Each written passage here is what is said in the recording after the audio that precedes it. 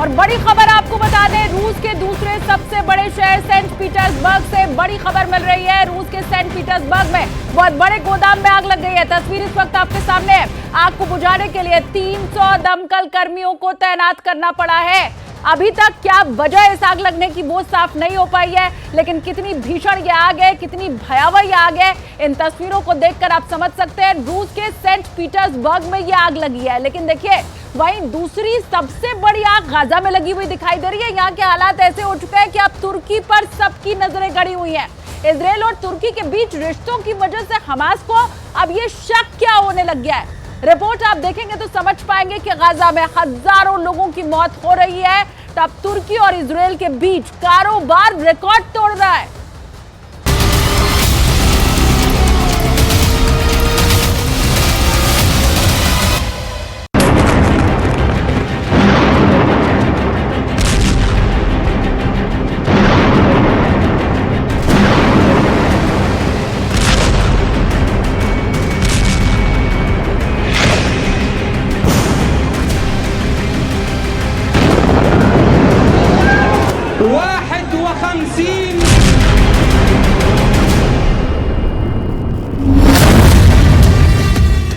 Israel ने कह दिया है कि हमास का खात्मा तय है।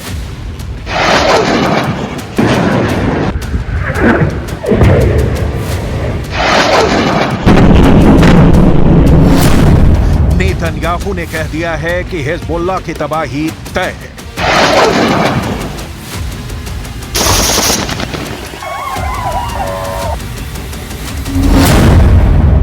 अमेरिका और इजरायल दोनों कह रहे हैं कि हूथी भी मारा जाएगा।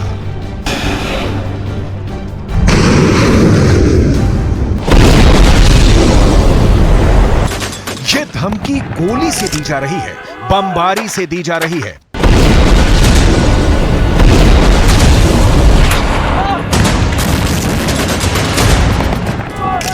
मिसाइल के हमलों से दी जा रही है, लेकिन हमास को खत्म करने की सबसे बड़ी सुपारी तो उसके सबसे बड़े हिमायती ने ले रखी है।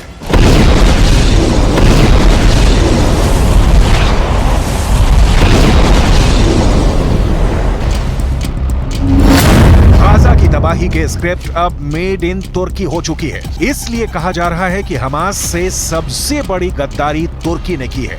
कल तक हमास का फैन नंबर 1, उसकी हिमायत करने वाला, उसकी हां में हां मिलाने वाले अर्दवान ने हमास की पीठ में जैसे छुरा भोंक दिया है।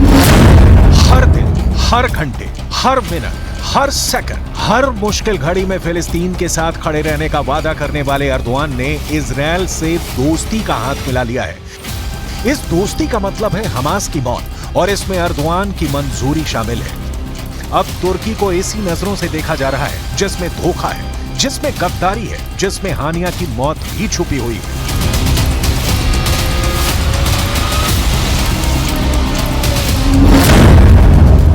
गाजा में बमबारी शुरू होने के बाद से तुर्की और इजरायल के बीच व्यापार 34.8% तक बढ़ गया है। इजरायल को तुर्की का निर्यात नवंबर में $319.5 मिलियन से बढ़कर दिसंबर में $430.6 मिलियन हो गया। यानी एक तरफ युद्ध चल रहा है और दूसरी तरफ तुर्की कारोबार कर रहा है। मतलब ये कि युद्ध शुरू होने के बाद से तुर्की और इजरायल के बीच व्यापार बढ़ गया है। जब गाजा में खून खराबा जारी है, तब तुर्की ने इजरायल को एक्सपोर्ट का सबसे बड़ा डेस्टिनेशन बना लिया। तुर्की ने फिलिस्तीनियों की जान की कीमत अपनी एक्सपोर्ट वाली डील से मिटा दी है।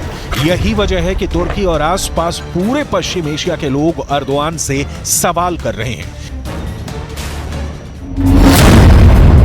इस वक्त इजरायल की सेना की वर्दी भी तुर्की में बन रही है। इस वक्त इजरायल जिन जूतों से गाजा को रौंद रहा है, वो भी तुर्की में बन रहे हैं। इस वक्त ठंड से बचने के लिए इजरायल के सैनिक जिन गर्म कपड़ों का इस्तेमाल कर रहे हैं, वो भी तुर्की में तैयार हो रहे हैं। ये दुनिया जानती है कि गाजा में अटैक के बाद सबसे पहले अर्दोआन ने इजरायल की निंदा की थी। अर्दोआन ने तो नेतन्याहू की तुलना हिटलर तक से कर डाली थी। अर्दोआन ने हर समय फिलिस्तीन के लोगों के साथ खड़ा होने का वादा किया था, लेकिन अब इस सच्चाई से पर्दा उठ चुका है। पूरी दुनिया को पता चल चुका है कि भले ही तुर्की के राष्ट्रपति तैयब अर्दोआन फिलिस्तीनियों के साथ खड़े होने का ढिंढोरा पीट रहे हो, लेकिन असल में तो वो नेतन्याहू के साथ मिलकर बहुत खामोशी से अपना कारोबार चमका रहे हैं। गाजा हर दिन मर रहा है, वहां के लोगों को युद्ध की बहुत बड़ी कीमत चुकानी पड़ रही है। हर बढ़ते दिन के साथ गाजा में इजरायल की फोर्स का ऑपरेशन तेज होता जा रहा है, तो दूसरी तरफ हमास के हिमायतियों की भी खैर नहीं है। पहला धमाका, दूसरा धमाका,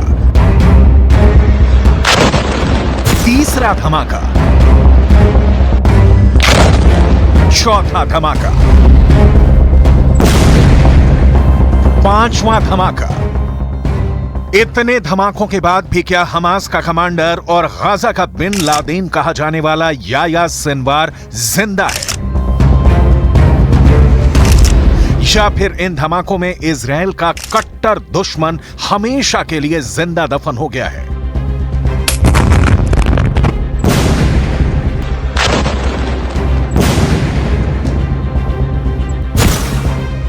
हमास का कमांडर याह्या सिनवार कहां है, कैसा है, किस हाल में है, ये फिलहाल कोई नहीं जानता। उसको शिद्दत से ढूंढने वाला इजरायल भी नहीं जानता कि सिनवार जिंदा है या मर चुका है। वो बस सिनवार की मौत पुख्ता करने के लिए गाजा पर लगातार बम मारे जा रहा है।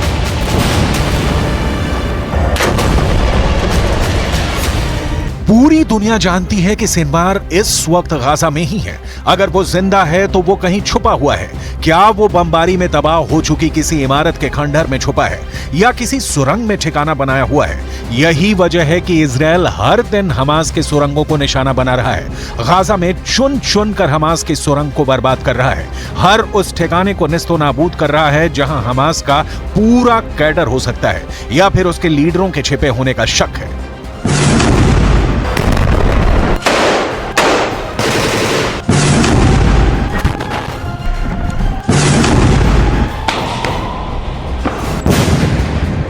एयर स्ट्राइक, टैंक से बमबारी, सुरंग में घुसकर हमास के लड़ाकों के खिलाफ ऑपरेशन। इन हमलों से एक बात तो साफ है कि इजरायल ने याह्या सिनवार की मौत की गारंटी ले ली है। उसके पास गाजा से निकलने के सारे रास्ते बंद हो चुके हैं। यह नेतन्याहू की कसम है कि सिनवार या तो मारा जाएगा या फिर सरेंडर करेगा, लेकिन गाजा से बचकर नहीं जा पाएगा। यह सेंट्रल गाजा की तस्वीर है। यहां इजरायल की सेना ने हमास की एक और सुरंग पर धावा बोल दिया है। करीब 100 मीटर लंबी इस सुरंग में हमास के लड़ाकों ने जंग का पूरा इंतजाम किया हुआ है। युद्ध लड़ने के लिए साजो सामान तैयार है। यहां से मोर्टार बरामद हुए, ग्रेनेड भी मिले। इजरायल की सेना पर अटैक करने के लिए आरपीजी रॉकेट का जखीरा भी मिला। साथ ही वो सामान मिला जिसके सहारे हमास के रॉकेट की रेंज बढ़ाई जा सके, वो लंबी दूरी तक इजरायल की सेना पर हमला कर सके। इजरायल की बहुत ही खतरनाक माने जाने वाली 179th ब्रिगेड ने इस ऑपरेशन को अंजाम दिया। अब एक और वीडियो देखिए। इजरायल अपने दक्षिण की तरफ से हमास के ठिकानों पर हमले कर रहा है। एक के बाद एक टैंक से फायर किया जा रहा है। सेना की गाड़ियां हमास के ठिकानों और उसके एंटी टैंक दस्तों को तलाश कर रही हैं, क्योंकि इसी ने इजरायल की नाक में दम कर रखा है। देखा जाए तो इजरायल ने हमास के हर लीडर, फिर चाहे वो याह्या सिनवार हो, इस्माइल हानिया हो या खालिद मेशाल, सभी को हमेशा के लिए खत्म कर देना चाहता है। इसमें याह्या सिनवार जिंदा है या मर चुका है पक्का नहीं मालूम। हानिया और खालिद मेशाल भी खौफ में है, जबकि हमास के नंबर 2 सालेह अल अरूरी को इजरायल खत्म कर चुका है।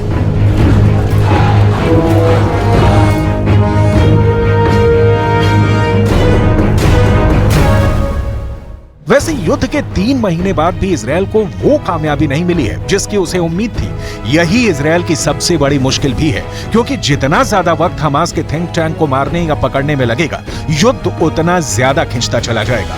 और युद्ध जितना लंबा खिंचेगा, इजरायल को ना सिर्फ आर्थिक मोर्चे पर उतना नुकसान होगा, बल्कि उसकी सेना की साख भी गिरती जाएगी, जो अभी तक इस युद्ध के बड़े टारगेट हासिल नहीं कर पाई है, जबकि उसकी बमबारी में करीब 23,000 लोगों की मौत हो चुकी है।